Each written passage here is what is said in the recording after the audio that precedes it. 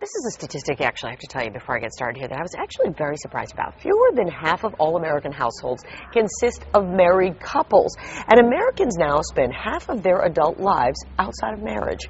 Despite these trends, people still think of aloneness as a condition of pity or feeling ashamed of it. Our next guest offers a different perspective. Renowned coach and leading authority in the area of personal transformation, Lauren Mackler is the author of the book Soulmate, Master the Art of Aloneness and Transform Your Life. It's good to see you. Can you tell it's a Friday morning for me? I'm starting to get a little excited. That's great. Yeah, excitement is good. You're excited because this book is doing so well. It is. It's really Don't be humble. It's thrilling. It's thrilling. It's a bestseller as of yesterday. As of yesterday, yeah. It's really spectacular. Thank you. Thank you. It's exciting. What I love about the book is that it's not just for, as you were saying, it's not just for singles. Right. It's for everybody, because it's important that if you're looking for your soulmate, you first have to look in the mirror. Right. So one of the basic premises is becoming the partner you seek. And so many of us are looking outside of ourselves. We're expecting, if we are in a relationship, we expect our partner to make us feel happy, valued, secure, all those things from the outside in, versus developing those qualities inside and bringing that into the relationship. And then for people that are not in a relationship, they're on the websites, they're spending a lot of energy out there trying to find the ideal person to fill the voids that are in themselves or in their lives. So my premise is really start with yourself and take responsibility for what I call reclaiming our innate wholeness. Because when we're born, we are very whole, integrated people, and we feel good about ourselves. Sure. You know, there's an erosion of our innate wholeness that happens through the life conditioning process, through family, environment, life experiences. And if you look at a child, the child feels very good about itself. It learns not to feel good about itself. Its innate self-esteem becomes eroded.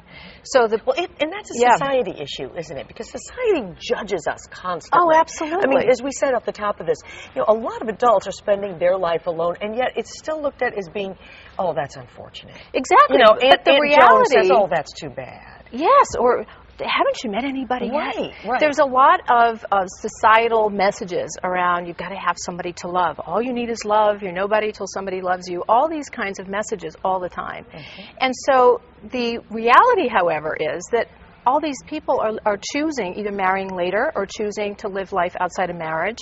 At some point, even if you are married, there's a good chance you will be alone, the divorce rate, or you lose your spouse. And yet we have this idea of aloneness as something to fear or pity or feel ashamed of. And I think that what's happened is the mindset has not caught up with the reality of life. Right.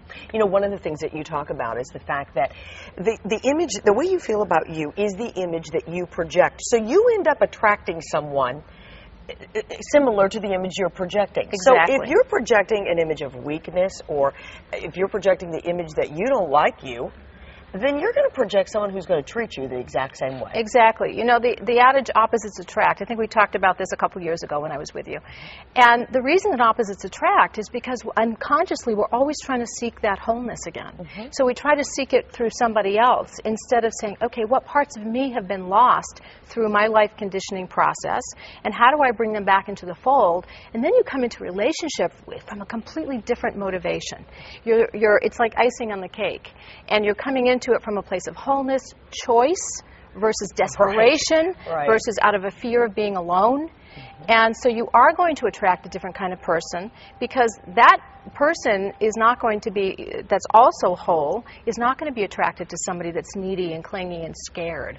Okay, now let me ask you this. In this world where everyone is judging us, and it can be very difficult, and we have been knocked down a peg or two, how do you get that wholeness back? What do you do? Well, when I say reclaim our innate wholeness, so for example, in the life conditioning process, let's say we grew up in a family where anger was not okay to express. So when the first time we had a temper tantrum, we expressed anger, we were either shamed or humiliated or slapped or something like that, so that we learn through that conditioned response, anger's not okay. And when I express anger, bad things happen. So we learn to submerge that part, which is a part of our innate wholeness, and maybe we become a people pleaser, because we learn when we make people happy and we do what mommy and daddy says, we get love, we get nurturance. So then we grow up, and now we take that pattern from childhood into adulthood, and now we're trying to do a a relationship with somebody. Right. But we're terrified to express our needs because we're afraid something bad's going to happen. And so when we don't express our needs and we don't bring ourselves fully into relationship and we're making other people's needs constantly more important, it's a setup for resentment.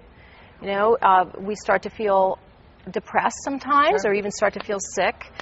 So this is an example of what I mean by the innate wholeness. Of the wholeness. Yeah. Well, the way you can really find out more information is you need to read the book, and the book is terrific. And congratulations on it being so successful. Thank you. You can also get more information from Lauren's website. It's laurenmackler.com. It's great to see you. It's wonderful to see you Continued again. success. Thank you. Thank you for having me.